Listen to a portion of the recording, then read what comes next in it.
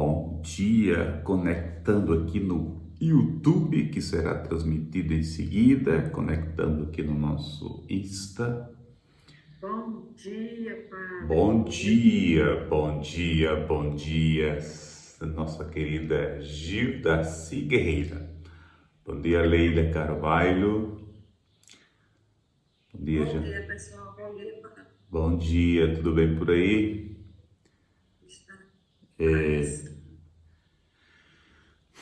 Cláudia, Ranieri, Judilene, todo mundo que já está entrando aqui na sala do Google Meet. Já estamos hoje 29 de março, 4h59 da manhã, nosso quinto encontro aqui do curso Professor Life. Como a gente conversava antes, o tempo voa, acabou março, já entra abril, maravilha. Bem-vindos vocês que estão entrando aí no Insta. Hoje, dissonância cognitiva, Vécia, bom dia, seja bem-vinda. Dissonância cognitiva entre estudante e professor. É um tema que a gente lida todo dia, nós que somos professores, servidores da educação. A gente vai conversar um pouquinho sobre essa dissonância cognitiva entre estudante e professor. Foi tema da minha pesquisa no pós-doutorado na UFRN.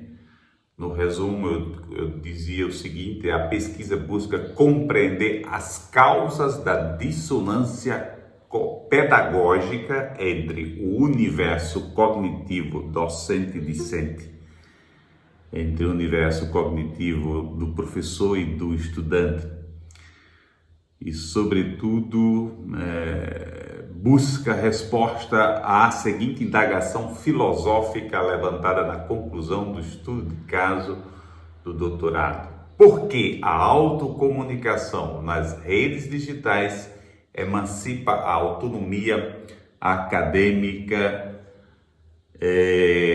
do estudante?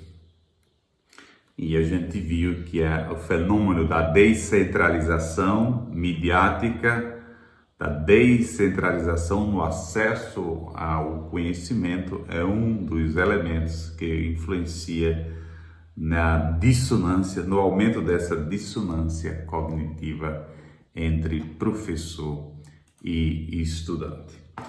Antes, como sempre, a gente começa com uma reflexão. Não teria como a gente começar o nosso quinto encontro sem fazer referência ao que a educação brasileira sentiu nesses 2 últimos dias. Bom dia, Edilane Marques. Bom dia você que está entrando aqui no Google Meet. Vanusa Rego. Bom dia. Nossos queridos e queridas que já se encontram aqui na sala do Google Meet. Então, como eu falei, não tem como a gente não começar qualquer aula, né? A gente deu aula, tivemos aula ontem, e todos os nossos professores entramos em sala de aula fazendo uma reflexão, rezando, estando em solidariedade com os familiares da nossa professora Elizabeth, que foi barbaramente assassinada em sala de aula.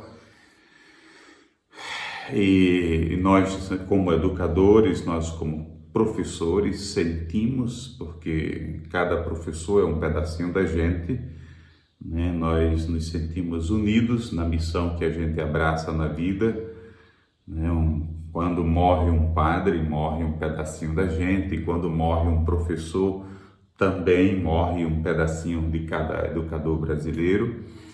Creio que esse foi o sentimento quando a gente viu essa professora de 71 anos sendo assassinada por um estudante.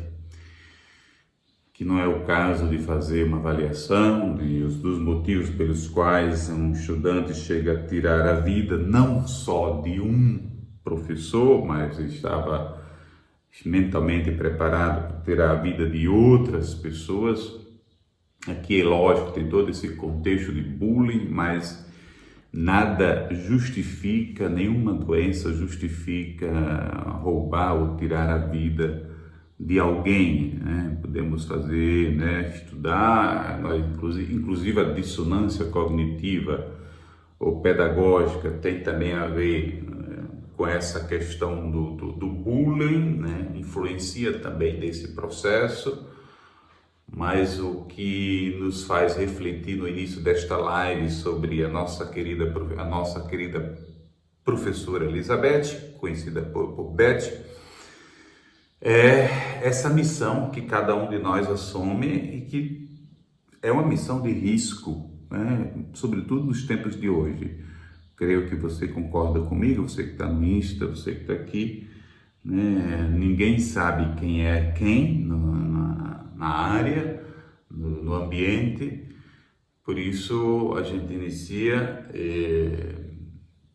rezando, estando em comunhão, rezando, lógico, pela alma da nossa irmã Elizabeth, professora Elizabeth, estando em comunhão com os seus familiares e ao mesmo tempo nos sentindo um pouco órfãos pelo fato dela ter partido. Todavia, nós somos cristãos, e aqui eu trago a segunda imagem, né? Por acreditarmos na ressurreição, estamos próprio em tempo de quaresma, em preparação para vivenciar essa ressurreição de Jesus na vida de cada um de nós, né? Nós acreditamos que ela continua viva em cada professor que dá a sua vida pela educação. Quando a gente vê exemplos assim, ou quando a gente vê situações tristes como essa, nos motiva cada vez mais a abraçar com paixão a missão que Deus nos confiou. Nos leva a zelar cada vez mais essa missão que Deus nos confiou. Nos motiva a madrugar para estudar mais e poder servir melhor em sala de aula, como professora, como professor. Por isso, a nossa professora Beth continua viva em cada professor que ama, que cuida e que dá a vida pela educação. Certamente, Iva Costa, Gildaci, Guerreira, Vécia, Cláudia, todos vocês que estão aqui na sala do Google Meet, né, nas madrugadas das quartas-feiras, são pessoas vocacionadas, amantes, né, da educação e que têm, assim como eu, como todos nós, temos esse desejo de aprender coisas novas todos os dias. Nesta live também inicio fazendo referência à nossa professora Cíntia, professora de Educação Física, né? Quando perguntaram a ela por que ela foi para cima ali, colocou a sua vida em risco para poder salvar outras pessoas, né? Uma das frases delas foi só o amor, ou seja, só o amor explica uma causa, né? Quando a gente abraça uma verdadeira causa. Aquela professora ali, se a professora Cíntia pensasse só em salvar a sua vida, egoisticamente, o que é que faria? Corria para se proteger, mas ela, ao contrário, ela foi para cima do perigo. Foi como uma mãe vai para cima de um filho, protegê-lo do perigo. Imagina um filho correndo na direção da estrada, e um carro, e a mãe se joga na estrada para proteger o filho, e ali ela não importa se vai morrer e salvar o filho, a mãe dar a vida para poder salvar um filho numa situação de risco. Foi essa um pouco a imagem que a gente viu da professora Cíntia quando viu sua colega Beth e as demais ali, estudantes, sendo saqueados, sofrendo ali diretamente agressão física, né? Então, nossa solidariedade, nosso amor profundo por essa guerreira, professora Cíntia, que se jogou, né, no lugar de pensar só em si, pensou nos seus, foi ali e evitou uma tragédia maior, né? Se ela não tivesse interferido, teria sido bem mais crítico. Então, só o amor, gente. Alô, você que está no Insta. É isso mesmo, Carmen, muito triste. Bom dia, Adriano, Lucas, vocês que estão entrando aí no nosso Insta. É lamentável, é triste, mas a pergunta, nós que somos aprendizes, é o que é que a gente pode extrair de tudo isso? O que é que nós podemos aprender de tudo isso? Bom dia, nossa pernambucana Alda Medeiros chegando aí. Qual é a lição que a gente pode tirar desse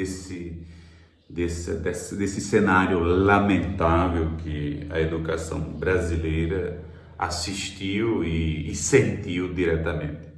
Então, nossas orações, que Deus abençoe os familiares, os amigos, essa escola onde a professora Beth, né, trabalhava, 71 anos aí de vida nessa missão, e nossos aplausos à nossa querida professora Cíntia, que por amor, só o amor, como ela disse, explica, se jogou ali de frente diante da morte para poder salvar as outras pessoas.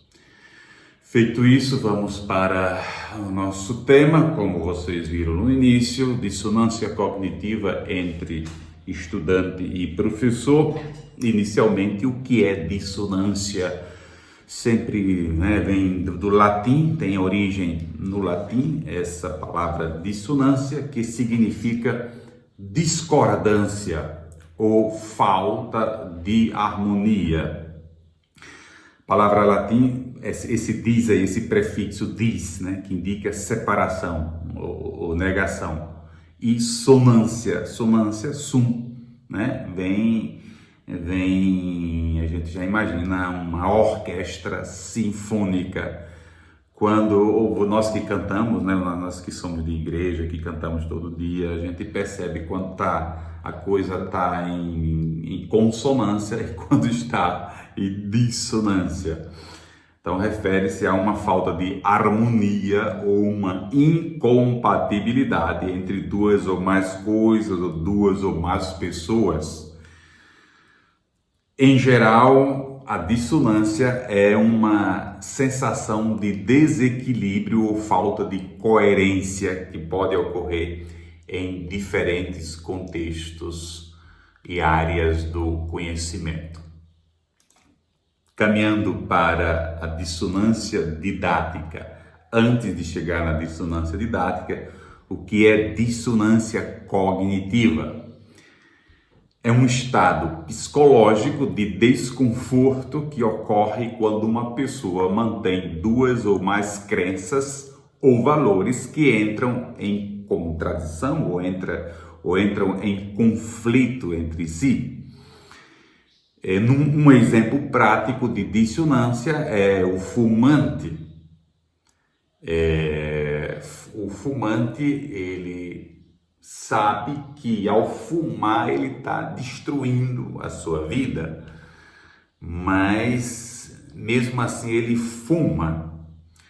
Para esse mundo, né, da dissonância cognitiva, especificamente, a gente pode contemplar em diferentes áreas da vida. Por exemplo, na religião, há muita dissonância quando a gente fala de algo e na prática vive outra. Há uma dissonância, há uma descrença entre o que a gente fala, o que a gente prega e aquilo que a gente vive. Na política, da mesma forma, nas relações interpessoais, ou seja, se a gente observa, a dissonância ela está muito presente na nossa vida. A dissonância também intrapessoal, não só interpessoal, mas intrapessoal, interpessoal e nas relações como um todo. Tudo isso para a gente chegar no ponto nosso, que é a dissonância didática na educação. Dissonância didática na educação. A dissonância didática é um termo utilizado na área da educação para descrever a falta de harmonia ou conflito entre o que é ensinado em sala de aula e as experiências ou conhecimentos prévios dos estudantes. Essa falta de harmonia pode gerar confusão, desconforto para os estudantes. Eu penso que isso daqui, particularmente, eu que vim da roça, depois fui para a cidade, depois na cidade fui estudar em escola particular, na época a melhor escola particular da cidade, nesse caso em Mossoró, Colégio Diocesano, na década de 90, meu Deus do céu, isso daqui eu sofri praticamente todo o ensino médio, eu sofri essa dissonância entre o mundo que era vivido dentro do colégio e o meu mundo. Havia uma dissonância clara, não só didática, mas de vida, né? No vestir. Eu, filho da roça, e convivendo ali com filhos de papai, professores, eu estava vindo de uma didática bem mais simples, de repente pego uma didática com professores bem mais avançados, então desconforto era visível. É lógico que esse desconforto é importante, às vezes até necessário para que a aprendizagem aconteça. Mas quando essa dissonância, quando esse gap é grande demais, isso influencia muito Aqui eu uso o exemplo do professor, e aqui foi a parte que mais sofri no campo da matemática, né? Se o professor está ensinando um conceito matemático muito avançado, sem antes estabelecer uma base adequada, os estudantes podem sentir uma dissonância didática. Imagine eu estudando física, matemática e química depois, num colégio particular, lá em Mossoró, vindo da roça. Era tudo grego para mim, gente. Era grego, era japonês, era uma linguagem que para mim não funcionava. Então, é um pouco isso que acontece, a dissonância, quando a gente fala na educação, é quando o professor usa uma linguagem e o estudante compreende, usa outro. Quando o professor fala uma coisa e o estudante entende outra coisa. Eu penso que nós todos os dias lidamos com isso em sala de aula. Por isso a importância de conectar o conhecimento prévio com o que é ensinado, não é? Olha a importância da avaliação diagnóstica, da avaliação prévia, para a gente poder falar para alguém que está entendendo. Olha a importância da clareza da comunicação, né? De uma comunicação fácil, e perceber que aquela comunicação realmente está chegando e está tocando a alma do interlocutor, nesse caso a alma do estudante. Muito bem. Aqui apresento, antes de ir para alguns pontos que eu trabalhei dentro do meu pós-doutorado, apresento algumas dissonâncias didáticas na educação. 6 pontos aqui que interferem direto nessa dissonância. A primeira é diferenças geracionais. A geração de professores que atualmente ensina nas escolas muitas vezes cresceu em uma época anterior, por exemplo, a esse mundo digital, a proliferação de novas tecnologias. Então, os estudantes já crescem familiarizados com as ferramentas. Bom dia, Núbia, do Dr. Severiano, sejam todos bem-vindos. E os professores não, né? Sobretudo nós que já temos cabelos grisalhos, né? Então essa diferença geracional pode aumentar mais ainda a dissonância. Outro elemento é a velocidade de mudanças. Por exemplo, a mudança nesse mundo da sociedade digital, né? Ela está em constante mudança. E quem não acompanha essa mudança, Vanusa Rego, fica para trás muitas vezes. Por que tal você todo dia se acorda com o desejo de aprender coisas novas? Porque eu sei que todo dia tem novidade nesse mundo meu de pesquisa, né? Que é o mundo da comunicação. Todo dia tem plataformas novas, tem games novos, né? Por exemplo, inserimos dentro aqui do nosso programa do curso Professor OnLife, já com o carro andando, ou seja, trocamos o pneu com o carro em movimento. A velocidade é tão grande das mudanças que a gente tem que fazer sempre isso. Eu inseri, quando eu elaborei a ementa e o programa deste curso, eu nem tinha ouvido falar em ChatGPT, por exemplo. O que eu fiz? Né? No segundo encontro, se eu não me engano, no segundo encontro nosso aqui, já inseri a temática do ChatGPT. Talvez para vocês, esse padre vai inserir um tema que não faz nem sentido, mas vocês já começam a perceber que nenhum professor, nenhum estudante de hoje por diante vai pesquisar ignorando esse novo mundo do ChatGPT. Se alguém ainda está ignorando, ótimo, de boa, pode continuar ignorando. Mas a tendência natural dos novos chats que vem por aí, era o 3, era o 3.5, já estamos no ChatGPT 4, já deu um up, minha Nossa Senhora, e eu estou me divertindo agora com criação de design, de desenho ou de imagem. Cria a imagem de um professor fazendo uma live às 5 da manhã no Google Meet, Lá vai o ChatGPT fazer a imagem, criar a imagem. Não sei se vocês já estão se divertindo agora com criação de imagem.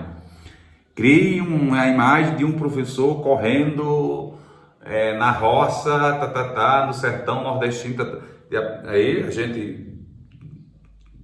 a gente escreve e ele desenha. Não sei se vocês viram esses dias a imagem do Papa Francisco vestido lá com roupa de frio lá na Europa. Uma imagem que repercutiu até a mídia. Alguém viu aqui do Google Meet essa imagem do Papa Francisco todo boy com roupa de frio andando lá na Itália, né? São imagens criadas, exato, Cláudia, são imagens criadas pela inteligência artificial, né?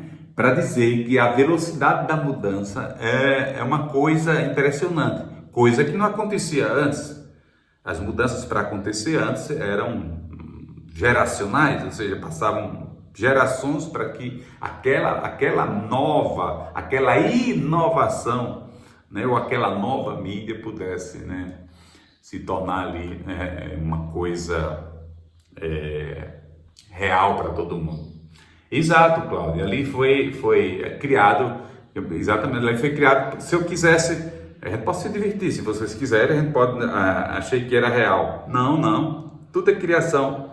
Se vocês desejarem, a gente pode numa próxima live se divertir um pouco, eu estou me divertindo muito, brincando com, criando imagem qualquer, cria imagem de um cachorro, eu passei as referências, as características do meu cachorro, né? Cachorro dálmata. Cria a imagem de um cachorro dálmata correndo na estrada no sertão nordestino, aí ele cria a imagem do dálmata numa estrada do sertão, na seca ou no inverno. Você cria aí uma coisa para dizer que a velocidade é um aspecto interessante. É um aspecto que acelera, digamos, essa dissonância entre professor e estudante, né? Eu acho que vocês, já como eu, já perceberam. O estudante diz, mas professor, o senhor ainda não está sabendo, por exemplo, desse novo aplicativo ou dessa nova plataforma? Professor, é assim que faz, clica nesse botão aqui. Ou seja, os estudantes, muitas vezes, nesse campo das inovações, estão à frente da gente, estão acompanhando mais rápido, porque eles já nasceram dentro dessa vibe e tem mais facilidade de pegar a coisa, né? Depois, diferenças nas abordagens de ensino e aprendizagem. A gente sabe que os estudantes, eles têm mais facilidade de aprender, de interagir. Exato. O Edge eu estou usando nos dois. Para fazer, foi Vécia, se eu não me engano, que comentou. Deixa eu só ver aqui. Vécia. Ok, Vécia, só estou conseguindo usar o ChatGPT pelo Edge e sempre dá inconsistência. O que você fala é uma versão. Não.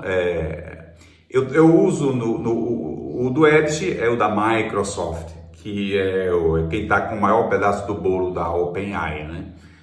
Quem está juntamente com o Elon Musk foi um dos pioneiros aí na criação da coisa. Eu estou usando sempre a versão grátis. A vantagem do Edge é agora a criação de desenhos, imagem eu uso os dois, Vécia, tanto da Microsoft como diretamente no Google ali, você vai diretamente no site da OpenAI. Qual é a vantagem do Edge? É que o Edge ele passa para a gente as referências bibliográficas, que para nós professores é fundamental, tá certo? Para professores e estudantes, né? É fundamental. E o OpenAI, digamos, lá do Google, né, que faz a pesquisa diretamente no site, se a gente pede para ele passar as referências, ok, mas não é confiável, né? E o Edge, ele já nos leva direto, já dá lá a referência, a gente clica lá e já cai diretamente na página de onde ele extraiu aquele dado. Para nós, pesquisadores, isso é fundamental, beleza? Então, essa diferença na abordagem de ensino-aprendizagem, que é visível. Depois, a limitação, ou as limitações na apropriação das novas tecnologias. Eu penso que nós professores, sentimos essas limitações.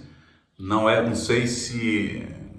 Eu acho que o que explica a gente estar às 5 da manhã, toda quarta, aprendendo, é exatamente o desejo de reduzir essas limitações no uso ou na apropriação das novas tecnologias, da forma mais correta de lidar. E depois a carência de formação, a carência de letramento digital, tá certo? A necessidade de habilidades tecnológicas. Nossos estudantes geralmente estão à frente em muitas questões. É lógico que eles também precisam de letramento digital, de alfabetização digital, sobretudo para aprender, sobretudo para estudar, né?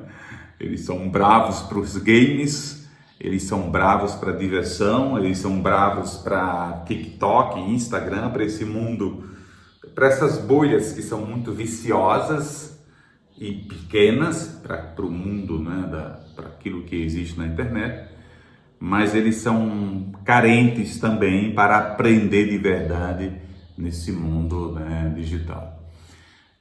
Depois, por último, o aprendizado personalizado, que também provoca essa dissonância, ou seja, os estudantes já entram ali, um dos elementos dessa dissonância, como eu descrevi, aliás, como eu extraí da pesquisa do pós-doutorado, é a autonomia digital, não é? O acesso às fontes.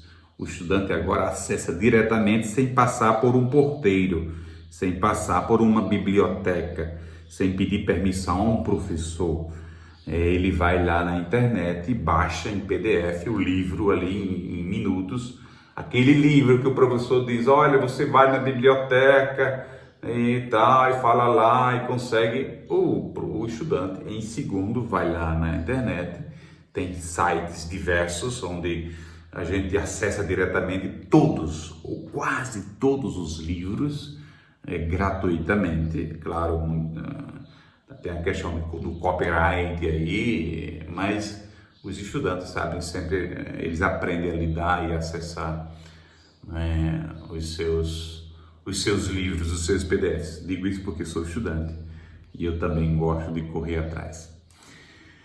Um dos gráficos que trabalhei agora no pós-doutorado foi exatamente esse impacto da descentralização midiática na educação, e aqui a gente consegue visualizar essa dissonância quando a gente faz essa comparação entre os ambientes educacionais, entre a ambiência midiática pré-digital e a ambiência midiática pós-digital, tá certo?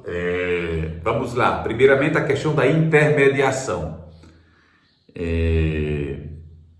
Na ambiência midiática pré-digital, a intermediação era mais centralizada, espaço e tempo delimitados, sala de aula, biblioteca, livro impresso.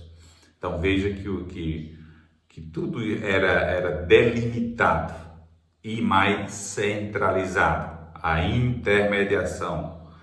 No ambiente midiático pós-digital, que é esse que a gente está vivendo, a reintermediação é mais descentralizada, espaço e tempo ubíquos. O que é ubíquos? Eu posso acessar o livro, o artigo, o material que o professor está abordando em sala de aula, de qualquer lugar.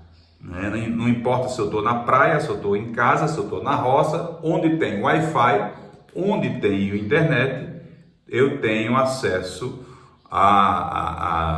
às intermediações, ou eu tenho acesso a tudo aquilo que é trabalhado ou que é sugerido pelo professor. O digital, portanto, dilui as paredes das salas e bibliotecas.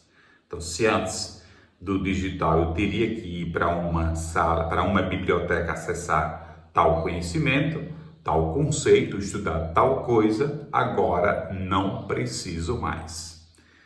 Daqui do meu quarto eu dou aula para vocês, daqui do meu quarto eu dou aula para os estudantes lá da Católica. Agora, nesse período, continuei dando aula aqui online, de boa. Inclusive fiz um questionamento um dia desse, compartilhei com vocês. Não sei porque a gente tem muita facilidade de viver aqui interagindo com todo mundo, com os familiares, com os amigos, comprando, vendendo, fazendo tudo. E quando a gente vai interagir com os estudantes, a sensação é que a coisa trava e não vai, para dizer que tudo facilita agora com esse mundo online. Redes. A gente sempre viveu em redes, a ambiência educacional. Não, mas rede é coisa de internet? Não, sempre vivemos em rede. Mas na ambiência midiática pré-digital, redes de aprendizagem mais centralizadas, com comando e controle dos ambientes acadêmicos definidos. Quando eu falo em comando e controle, o professor tinha o comando e o controle do conteúdo, do livro. E você que está aqui comigo, você que está no Insta, você que está conosco aqui no Google Meet, havia o livro do professor e o livro do estudante. Por isso, comando e controle definidos antes da internet. Ambiência midiática pós-digital, redes de aprendizagem mais descentralizadas, sem comando e controle bem definidos. Foi hackeado o livro do professor e agora todos nós aprendemos, sem esperar a liberação disso ou daquilo. Ensino, ambiência educacional com relação ao ensino. Antes, ensino homogêneo e uniforme, instrucional, bem naquela linha de montagem. A educação ela nasce na Prússia, no século XVII, com esse objetivo, no contexto das revoluções industriais, linha de montagem, preparar o ser humano para o mundo, para as máquinas, para administrar as máquinas. Então esse era um pouco o conceito que a gente tinha de educação. Você que está no Insta, você não está acompanhando aqui, por exemplo, para nós que estamos no curso aqui no Google Meet, uma tabela onde eu faço a diferença entre as ambiências. No ensino, a ambiência midiática pós-digital é um ensino rizomático.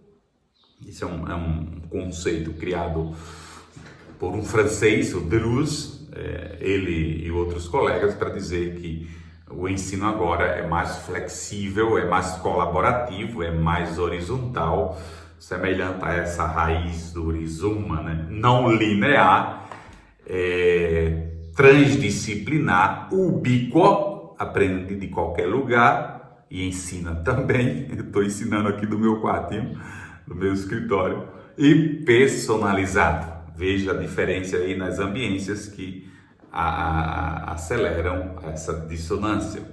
Metodologias. Antes do digital, instrucionistas, passiva, via de regra era isso. Toda a minha educação foi nesse estilo, salas de aulas com 40, 50 estudantes, um atrás um do outro, passivamente a gente assistia, né? E o professor, com aquela imagem de Paulo Freire, semelhante a uma educação bancária, onde ele jogava, vomitava para a gente. Quem pegou, pegou. O abestalhado lá do Venha Ver, que chegou assim nesse novo ambiente, ficava lá viajando, com vergonha até de abrir a boca, porque vinha da roça e tal e tal. Veja que tal assim, quando eu falo de dissonância e coloco isso dentro do programa aqui do curso, porque eu sofri na pele, né, nesses primeiros anos de educação, sobretudo na educação básica. É claro, imagina eu indo para a Europa estudar, também lá sofri muito com a dissonância, alguém falando, professor falando, eram 3 línguas, professores de língua inglesa, língua espanhola e língua italiana.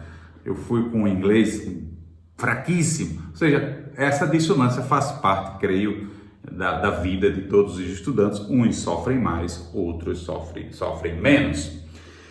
Acesso às fontes de informação. Antes do digital, fontes centralizadas. Depois do digital, fontes descentralizadas e ubíquas.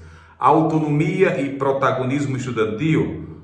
Antes não foca na autonomia do estudante, agora no digital foca na autonomia e no protagonismo como competências indispensáveis, conforme reza a BNCC, né? Ignorar o protagonismo, ignorar a autonomia é não preparar o estudante para viver nesse mundo online, nesse mundo digital.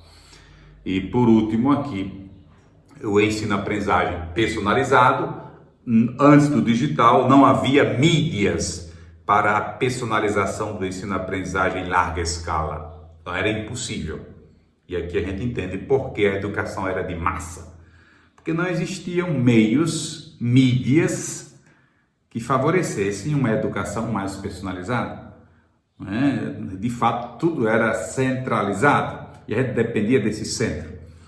Agora, na ambiência pós-digital, a escalabilidade da personalização da educação torna-se-á sempre mais uma realidade com a popularização crescente da internet, da inteligência artificial. Quando eu fiz essa pesquisa aqui do pós-doutorado, agora em 2020, né, eu não tinha ChatGPT, né? Se eu fosse fazer essa mesma pesquisa com ChatGPT, eu já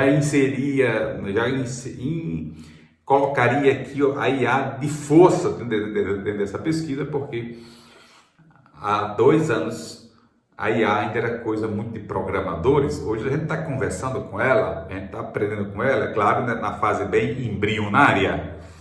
Ela está errando muito, ainda está muito limitada, embora ela tenha avançado bastante. Entendeu?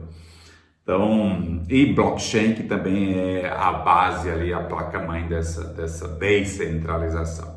Por último, aprendizagem avaliada por rastros personalizados. Antes era impossível, antes da internet, escassez de rastros para avaliar de forma personalizada em larga escala. Hoje, com a abundância de rastros via Big Data, né, IA, a gente pode aprender e avaliar por meio de plataformas digitais personalizadas.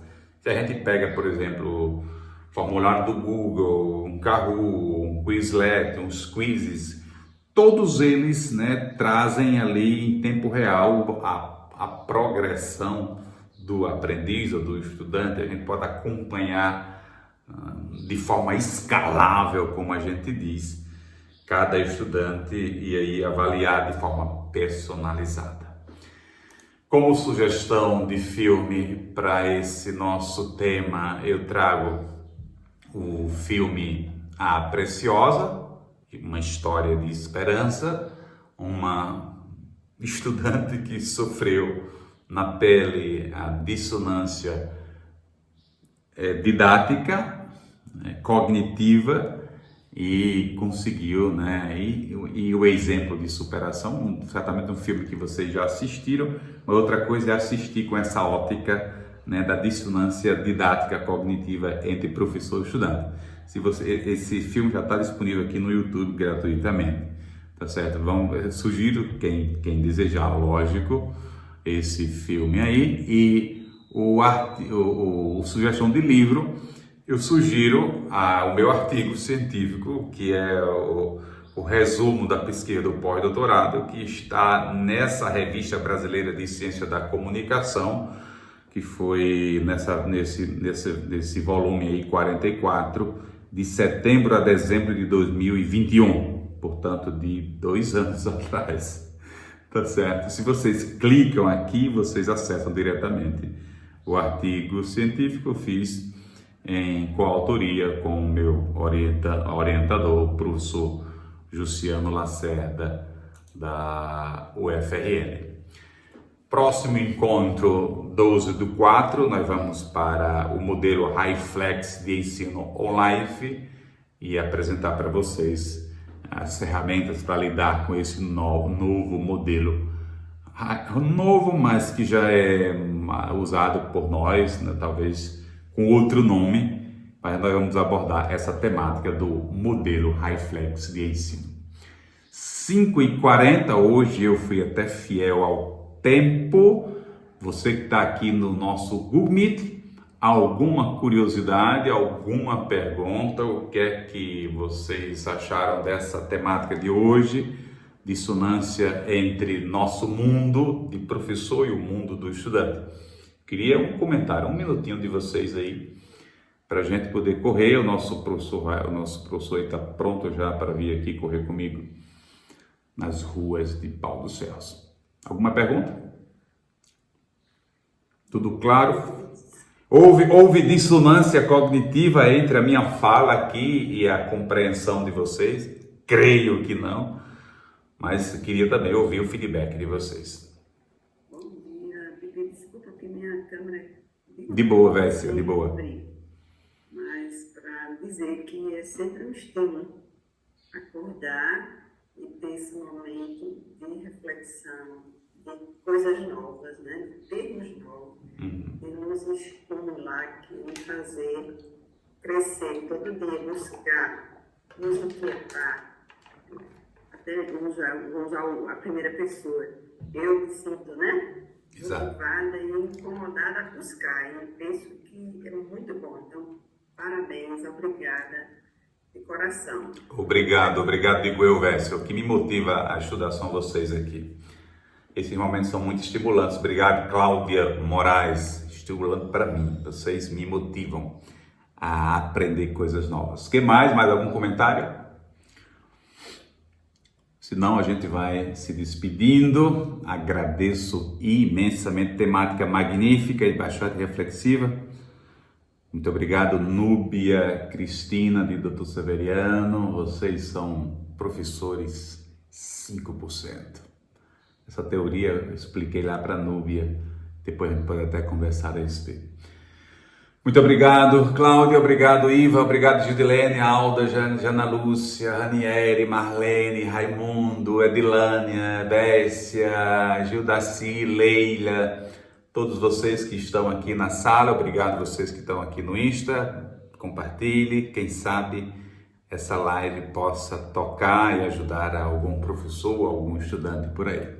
Já vou me despedindo aqui de vocês, valeu, um abraço. Um abraço para todo mundo. Vamos correr, Raimundo. Estou te esperando aqui na igreja.